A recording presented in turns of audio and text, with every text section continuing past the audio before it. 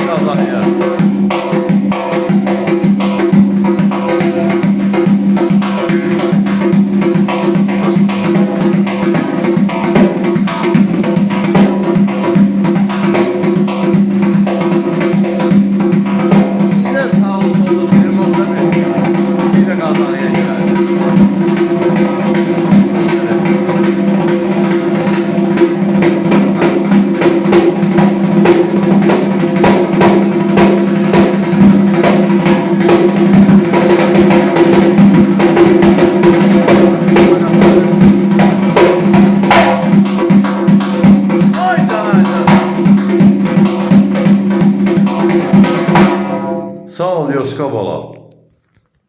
Budur bu Elibala məktəbi Gəncə. Bəli, mən demişəm yenə həmişə sözümün üstündəyəm, sözümün ağasıyam. Bu yaşda belə varsa çıxsın görək. Allah eləsin yenə deyirəm, bol olsun, lap çox olsun.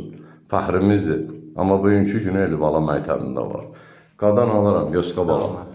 Öpürəm səni. Ay maşallah, ay maşallah. Əla.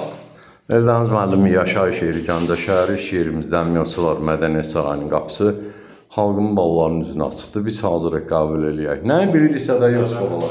Onda bir qəşəkdir zəngi çaldı içində xırdalar.